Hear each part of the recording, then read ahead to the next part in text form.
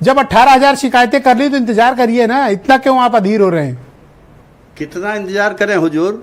2022 की शिकायतें थी और 2025 आ गया। समय लगता है सर। अब अगर इतना समय चुनाव आयोग को लगने लगेगा तो फिर तो हमको कहना पड़ेगा कि जो लोग कुछ सोशल मीडिया पे केचुआ शब्द का इस्तेमाल कर रहे हैं, क्या वही रफ्तार तो नहीं चुनाव आयोग की? दरअसल इस देश में संवैधानिक संस्थाओं की गरिमा लगातार पिछले 11 सालों में गिरी। खास करके अब केचुआ की गरिमा के ऊपर सवाल आ गया है। और ये बात मैं अपने से अकेले से नहीं कह रहा हूं, न विपक्ष की बात कह रहा हूं।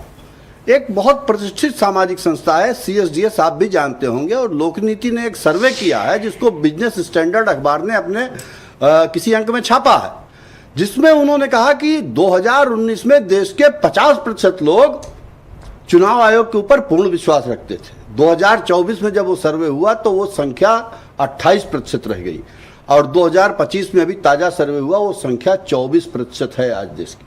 पर उन्होंने ट्वीट डिलीट करके माफी मांगी। नहीं, वो किया था, महाराष्ट्र के ट्वीट डिलीट किया था। ये जो मैं बात कह रहा हूं। अच्छा, देश में सिर्फ 24% लोगों को चुनाव आयोग पर विश्वास है। अब दूसरी चीज मैं उठाता हूं, कुल मूल मुद्दा इस समय सड़क से ये सारा बवाल खड़ा हुआ। मैंने सुना 65 लाख के आसपास मतदाताओं को उसमें से डिलीट किया जा रहा है। कर दिया गया है। जो जानकारी है वो 7.5 करोड़ के आसपास मतदाता हैं बिहार में। 7.5 करोड़ मतदाताओं में से लगभग 8% मतदाता डिलीट किए जा रहे हैं।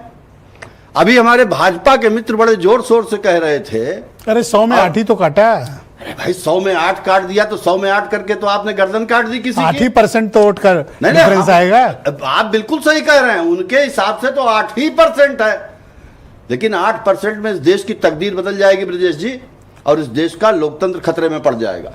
अगर ये सवाल अभी 2022 में पता है बीजेपी को और समाजवादी पार्टी को वोट काउंट करोगे, टोटल 5 लाख वोट का अंतर। जी मुझे मालूम है। अभी 65 कटे जा रहे हैं। अभी रविशंकर जी का शुरुआती बयान आपने दिखाया, उन्होंने कहा कि घुसपैठिए देश में आ गए हैं, विदेशियों को बचाना चाहते हैं।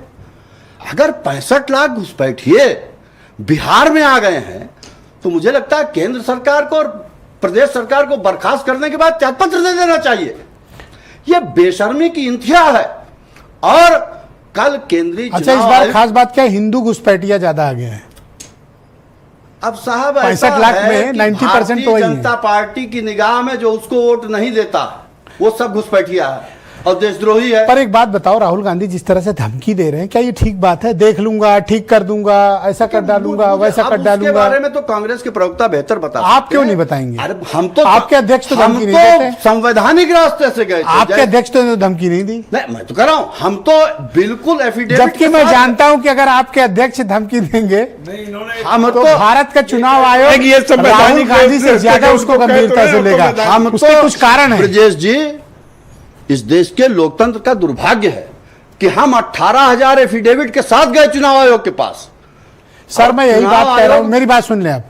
जो चेतावनी अखिलेश, जो राहुल गांधी ने दी, अगर ये चेतावनी अखिलेश यादव जारी कर दें, सर अगर कल जांच न हो जाए तो आप कहना मैं बात वापस ले लूंगा। सर अखिलेश यादव इस देश के ऐसे, अगर अखिलेश यादव कह दें ये बात, अखिलेश यादव इस पक्का चुनाव आयोग जांच करा देगा। अखिलेश यादव इस देश के ऐसे नेता हैं कि जिनके इशारे सीक्रेट बता रहा हूं सर, करोड़ों नौजवान सड़कों पर आने को तैयार हो जाएंगे 24 घंटे के अंदर। मैं वो सब बात नहीं कर रहा। यहां मैं महत्वपूर्ण चीज जो कहना चाहता हूं ब्रजेश जी, मेरी बात पूरी हो जाने दें, कि आप कल चुनाव आयुक्त महोदय ने अपनी प्रेस कॉन्फ्रेंस की संडे को, सॉरी, वो उस प्रेस कॉन्फ्रेंस की जो भाषा थी, आप तो हमसे बहुत ज्यादा अनुभवी हैं पत्रकारिता के मामले में, क्या संवैधानिक संस्था के प्रमुख की भाषा थी वो?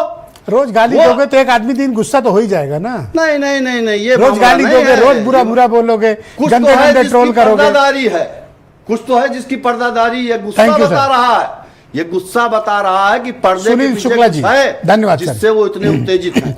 धन्यवाद। सुनील शुक्ला देश के जाने माने पत्रकार हैं। सुनील जी बहुत स्वागत। और